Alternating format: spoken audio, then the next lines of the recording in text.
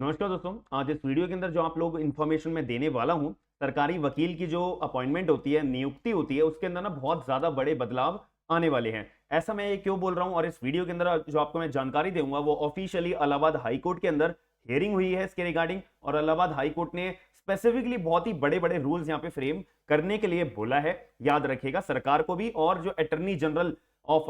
Advocate general of India जो होते हैं उनको भी यहाँ पे क्लियर तौर पे बोला है। आप लोग जानते होंगे बहुत अच्छे से कि जब यहाँ पे सरकारी वकील की नियुक्ति होती है, उसका पर्टिकुलरली जो है एग्जाम होता है आपका जुडिशरी लेवल के जैसा ही, जैसे प्रीलिम्स का, मेंस का और इंटरव्यू का। अब उस केस के अंदर बहुत सारी जो हमारे स्टेट्स हैं, इनके अंदर जो है हमारे सरकारी वकील यानी कि appointment of assistant public prosecutor के जब एग्जाम्स होते हैं ना, तो उनके अंदर कहीं पे एक्सपीरियंस मांगा नहीं जाता और कुछ कुछ जगह पे मांगा जाता है। तो याद रखिएगा, यहाँ पे इलाहाबाद हाई कोर्ट का यहाँ पे इन्होंने अपना एक रीजनिंग बताई है। अब ये जो इम्प्लीमेंट सरकार करेगी या नहीं करेगी, ये सरकार के ऊपर और रूल्स के ऊपर डिपेंड करता है। याद रखिएगा, तो यहाँ पे हमारे को रूल्स समझना बहुत जरूरी है। सबसे पहले यहाँ पे जो है इशू रेज हुआ कि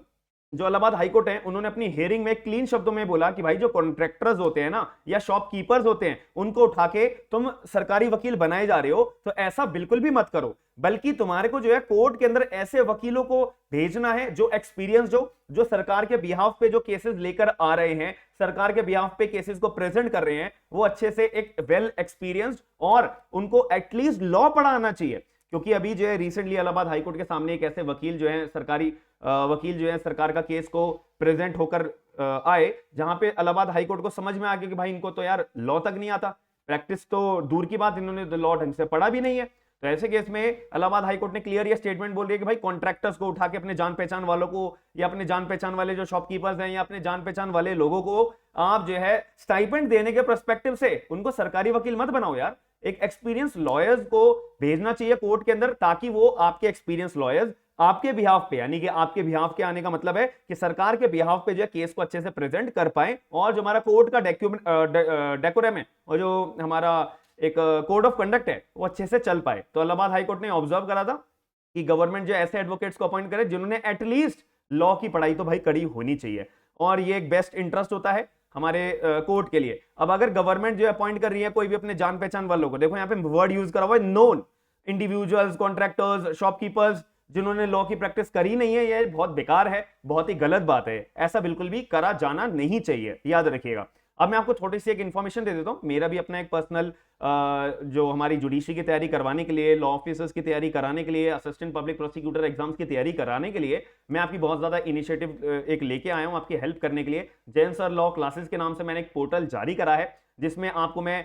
लाइव क्लासेस भी देता हूं, रिकॉर्डेड क्लासेस भी देता हूं, और जो हमारे 2023 के जो हमारे जुडिशरी एग्जाम्स हैं, लॉ ऑफिसर्स के एग्जाम्स हैं, एपीपी के एग्जाम्स हैं, इसके अंदर जो हमारे जो भी सब्जेक्ट्स आते हैं, तो मैं एटलीस्ट बिल्कुल अपडेटेड केस लॉज के साथ में, अपडेटेड नोट्स के साथ में मैं आपकी क्लासेस कंडक्ट करवाता हूं। हर टॉपिक के बाद मैं आपके टेस्ट लेता हूं, मेंस के आपके मैं पूरी की पूरी प्रिपरेशन कराता हूं। याद रखिएगा। तो अगर आप लोग मेरा बैच ज्वाइन करना चाहते हो, अभी करंटली मेरा एक बैच चल रहा है code of criminal procedure 1973, in short CrPC का मैं पूरी की पूरी बैच यहाँ पे रन करवा रहा हूं। जितने भी लोगों को इंटरेस्टेड हैं, जो लोग सोच रहे हैं कि यार मेरे को सीआरपीसी मेरा वीक है, मेरे को सीआरपीसी बहुत ही अच्छे लेवल का पढ़ना है, तो आप लोगों के सामने कॉन्टैक्ट नंबर है, आप मेरे को बस एक व्हाट्सएप पे अपना मैसेज ड्रॉप कर दीजिएगा कि सर मैं आपकी क्लास लेना चाहता हूं, और आप लोगों को फिर मैं एक पेमेंट लिंक जनरेट करके दूंगा। आपको पेमेंट करनी है, और पेमेंट करने के बाद आपको मैं एक्सेस दे दूंगा। आप लोग डायरेक्टली मेरी क्लासेस जो अभी हो चुकी हैं उसकी तो आपको रिकॉर्डेड मिलेंगी, जो अब होने वाली है वो आप मेरी लाइव भी डायरेक्ट ज्वाइन कर सकेंगे। जो भी आपके डाउट्स आएंगे मैं आपको पूरे पर्टिकुलरली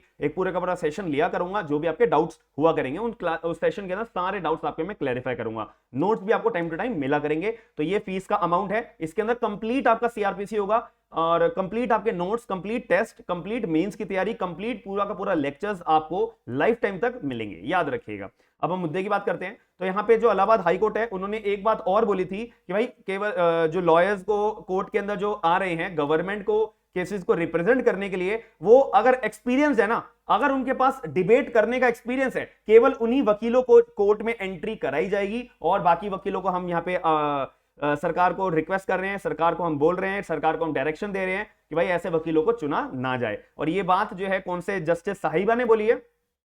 और जस्टिस साहब ने बोली है, justice Sunit Kumar and honourable justice Rajendra Kumar, ये जब राजेश्वर सिंह पिटीशन जब यहाँ पे सुन रहे थे, यहाँ पे पिटीशन फाइल करी गई थी, तो उसके दौरान यहाँ पे कोर्ट ने बोला था कि भाई देखो, हमें मतलब नहीं है कोई भी सरकार,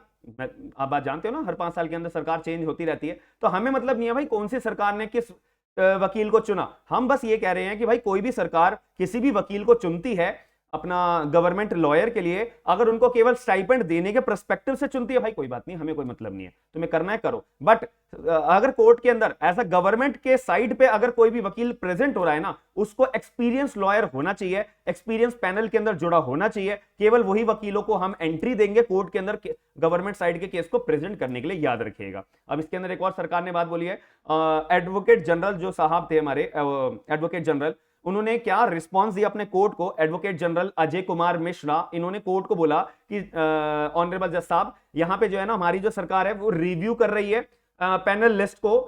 जो भी हमारी सरकार ने स्टेट लॉ ऑफिसर्स को चुना है या पुराने कोई स्टेट लॉ ऑफिसर्स जिनको चुन के रखा हुआ है, इन सभी के सभी पैनल्स के अंदर जितने भी हमारे स्टेट लॉ ऑफिसर्स हैं, इनको जो है रिव्यू करा जा रहा है, और ये जो प्रोसेस अभी चल रहा है, तो प्लीज हमें जो है ना 6 हफ्तों का टाइम दे दो थोड़ा सा, ताकि हम ये जो पूरा का पूरा हमारा टास्क है ना, ये हम कंप्लीट कर सके, और आपको हम पूरी की पूरी लिस्ट प्रेजेंट कर सके कि हाँ हमने इन वकीलों को चुना है, इन वकीलों के पास अच्छा खासा एक्सपीरियंस है, यही वकील जो है केवल और केवल गवर्नमेंट के केसेस को अपीयर होने के लिए प्रेजेंट होंगे कोर्ट के अंदर, तो जैसा आप चाहते हो, ठीक है। और यहाँ पे पीआईएल भी एक फाइल करी गई थी, और यहाँ पे supreme court and high court की गाइडलाइंस भी है, और हमारे को वो भी इंप्लीमेंट करना है, ठीक है, इसीलिए हमें 6 हफ्ते का टाइम चाहिए, ऐसा जो है गवर्नमेंट एडवोकेट जनरल ने ये कोर्ट को रिस्पॉन्स देते हुए कहा था। अब इसके बाद जो है यहाँ पे इलाहाबाद हाईकोर्ट ने बोला था चलो भाई ठीक है, बट याद रखना केवल और केवल प्रैक्टिसिंग लॉयर्स ही अपॉइंट होने चाहिए कोर्ट के अंदर, और कोई व्यक्ति को हमारे को हम एंट्री नहीं देंगे, याद रखिएगा। तो अपॉइंटमेंट शुड बी ट्रांसपेरेंट, ये नहीं है कि भाई आप अपने जान पहचान वालों को जो है स्टेट लॉ ऑफिसर बना दोगे, ट्रांसपेरेंट तरीके से अपॉइंटमेंट होना है, और केवल प्रैक्टिसिंग लॉयर्स को ही आप अपॉइंट करोगे कोर्ट के अंदर, कोर्ट के अंदर वर्ड यूज कराए, अगर कोई ऐसे लॉयर्स को चुनना है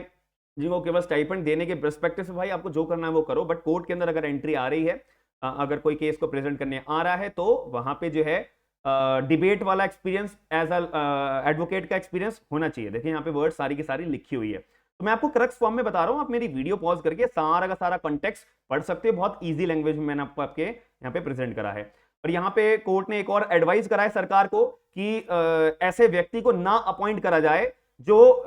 जिसने कभी कोर्ट के अंदर आर्ग्यूमेंट करी नहीं है, इन शॉर्ट जिसको एडवोकेसी का जो है एक्सपीरियंस बिल्कुल भी है नहीं, तो ऐसे बिल्कुल भी वकील को अपॉइंट ना करा जाए, और केवल एक्सपीरियंस लॉयर्स को अपॉइंट करा जाए, याद रखिएगा। तो इससे जो है इलाहाबाद जो हाई कोर्ट के जज साहब है वो किस डायरेक्शन में एक बात कहना चाह रहे हैं कि जितने भी सरकारी वकील होंगे ना, उनको अपॉइंटमेंट तभी होगा जब आपके पास एज एन एडवोकेट एक्सपीरियंस होगा, याद रखिएगा। ये जो है बात यहाँ पे इन शॉर्ट इतनी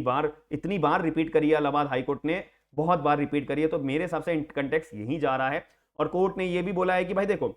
आजकल का जमाना जो है ना कोई पुराने जमाना नहीं है कि हर कोई हमारे को किसी वकील के बारे में पहचानना है कि ये कौन कौन से केस में प्रेजेंट हुए हैं नहीं हुए हैं, तो हम बहुत ज्यादा फाइलें पढ़ पढ़ के बैठेंगे, काउंसिल्स के नाम चेक करेंगे। हमारा जमाना है डिजिटल एज का, एक क्लिक पे हमारे को पूरे वकील की सारी डिटेल्स आ जाएंगी कि ये वकील जो है कौन कौन से केस में प्रेजेंट हुआ है, कौन कौन से केसेस इसके ऑनगोइंग हियरिंग में है, कौन कौन से वकील के पास कितना अच्छा खासा एक्सपीरियंस है, वगैरह वगैरह। तो ये हम एक